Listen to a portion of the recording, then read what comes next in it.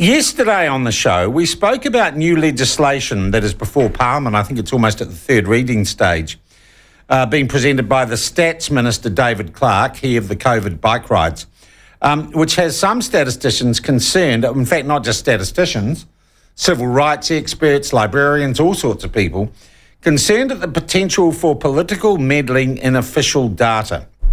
There are many who are concerned that the Data and Statistics Bill will water down the role of government statisticians and oversight by allowing their responsibilities to be delegated to unspecified persons and indeed organisations. Amongst those opposed to the new policy is a former Minister of Statistics, and we had a former Chief Statistician, Len Cook, on yesterday. Today, a former Statistics Minister and indeed Auckland Council candidate, Maurice Williamson. Maurice, welcome back to the program. Nice to have you with us, mate. Good morning, Sean, and good to have you back on here. Yeah, all right. Now, look, normally I'd look at the Data and Statistics Bill and I'd fall asleep. But the more I talk to people... You know what, for nearly everybody out there, its initial implications are zero, so who cares? Yeah. It's the long-term implication of what it will do to us as a nation in terms of integrity and our rankings in the whole world status that matter a lot. And Sean, can I ask everyone to just back up the truck here?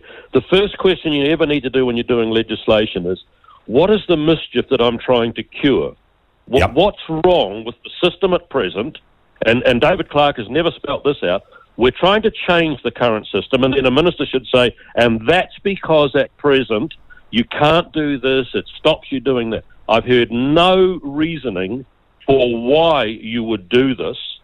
The second part of it is, on Morning Report a couple of days ago, a guy called Dr. Craig Jones, who's the Deputy Government Statistician, said, well, we've been able to do this since 2013 E-rate because there was a change to the State Sector Act that allowed us.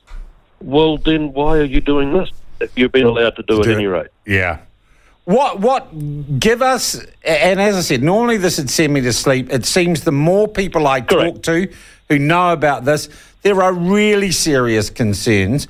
Give us your top three concerns about this legislation. Right. The first concern in one word is, or it's two words, political meddling.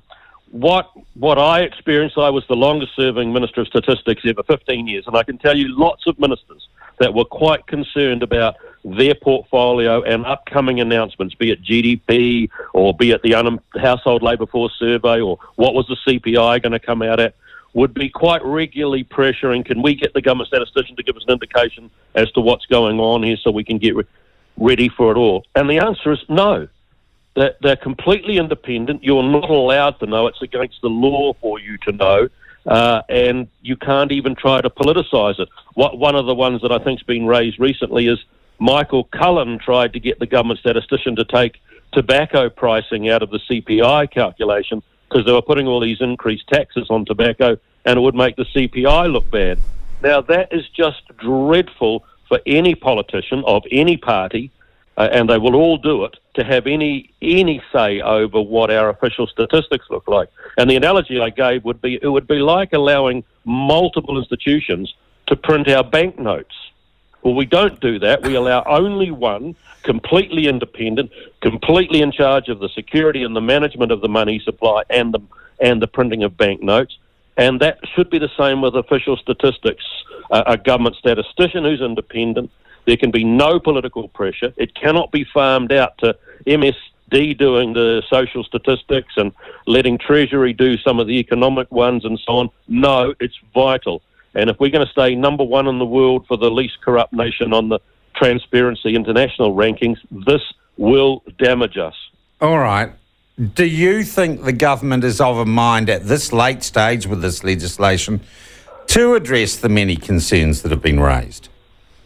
Well, I would hope so, because this is not political. This is not Nationals out for a big win here, or this is actually across all political parties should be absolutely wanting integrity in our official statistics that everyone can point to from around the world. New Zealand's data is useful and is absolutely got full sincerity and its integrity because there's no political intervention. There are countries around the world where the government statistician is the cousin of the president and he produces numbers whatever the president asks for.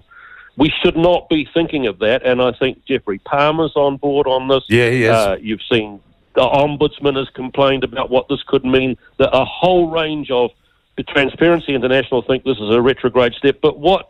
Civil Liberties Union, Library Association, Len Cook, former statistician, it seems to me an incredibly broad number of people are saying there's something wrong here. Correct. And yet I cannot get a justification as to why you need to do this. If there was a broken system and you said, look, the reason we have to do it, because you cannot carry on with this because it's not working, then you'd at least say, well, let me think about that, let me have a look at it. But Sean, officials used to wheel up to me all the time, and I had 18 different portfolios across the board. They used to wheel up all sorts of weird and wacky new ideas, and my very first question before they even got started is, what's the mischief we're trying to cure here? Show me the problem and the severity of it. And if it's a very minor problem and you're wanting to spend $100 million to get a 10 million gain, no, go away. But if you're wanting to spend 10 to get 100 benefit cost ratio, it's worth thinking about. Yeah. Then we should look at other jurisdictions and what they've done. Are we in line with other jurisdictions? That's a very important point. Well, we're not. Every other Australia, Britain, and many other of those comparable jurisdictions we like to think of, they aren't doing this, and they've said they wouldn't do this. So why are we? Yeah, I think it's a good question. We're going to try and get David Clark on. Aren't we, Ben? We're going to try and get the Minister on this week. While I've got you there, Maurice, how is the return to political campaigning going? Well, it's a bit of a phony war still. Most people don't really get involved in local government politics until the last 2 or 3 weeks of the campaign.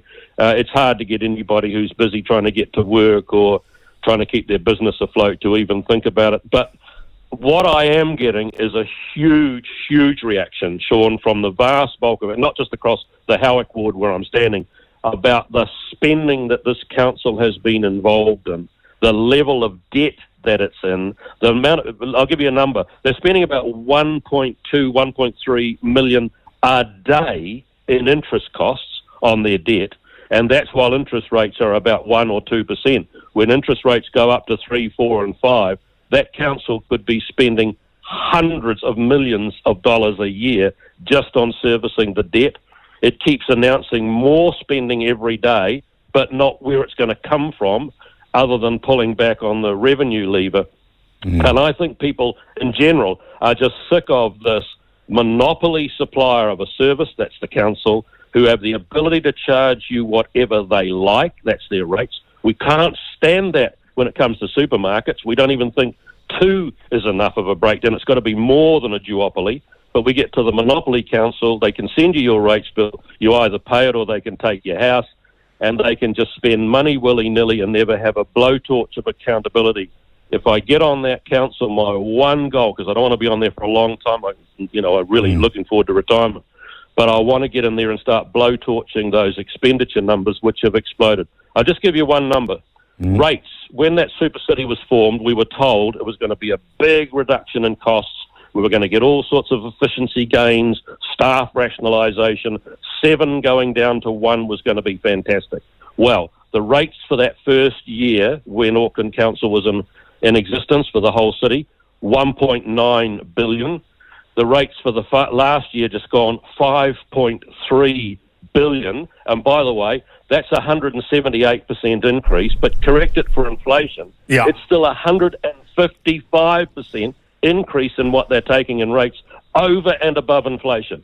It's disgraceful. Yeah. Maurice, have you caught up with the Guy Williams-Leo Malloy interview? And what do you think of the farce, the theatre that is going on around the mayoral race? Well, what concerns me about the mayoral race is that there are just too many cooks and they're going to spoil the broth. The right or the anti-Labour side of them have got 5 in the race. They're all convinced they're going to win.